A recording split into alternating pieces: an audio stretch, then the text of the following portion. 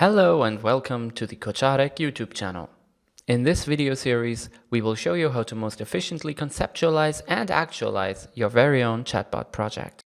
Here at Kocarek, we owe our daily existence to the fact that there are many different cultures and languages in the world. While translators used to be a necessary fixture in cross-cultural communication, today there are many technology solutions which provide cheap and egalitarian access to language services. It's what made globalism possible. Therefore, many companies from all over the world have their websites translated into at least English to take part in the global economy. Even companies that serve primarily English-speaking clients might offer a Spanish, French, or German subpage, depending on location and international ties. So why limit your chatbot to only one language? But as with all translations, you should be cautious. While machine translation has made great improvements in the last couple of years, it is not yet an adequate substitution for the work of a professional translator, by any means. After all, you did not just run your website through Google Translate either, did you?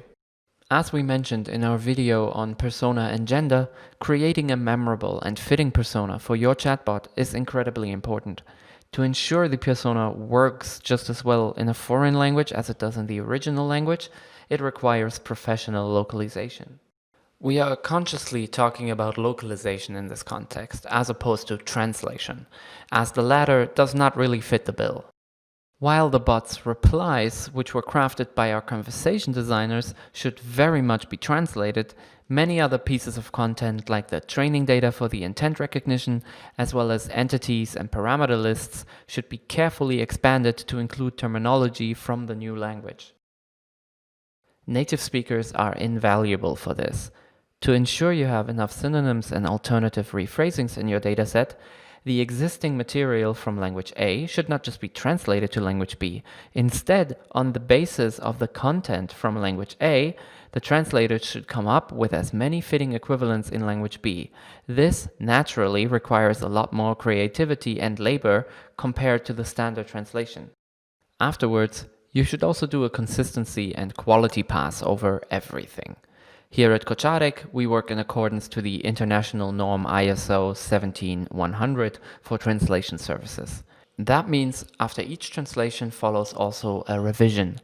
Under revision, the entire text, in both its original and translated form, is read and double-checked by another translator, ensuring both a consistent and higher quality translation and in keeping with the client's corporate wording.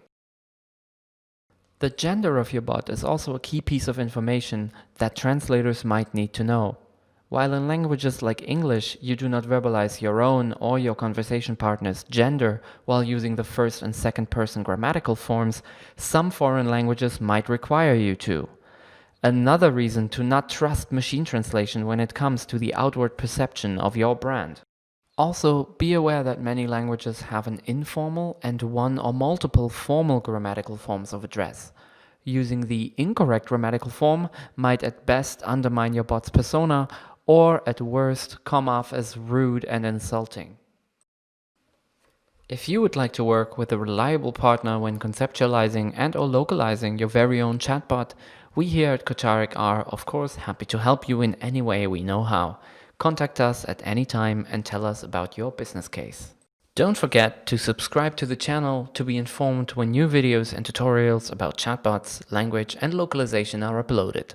Until next time, and thank you for visiting.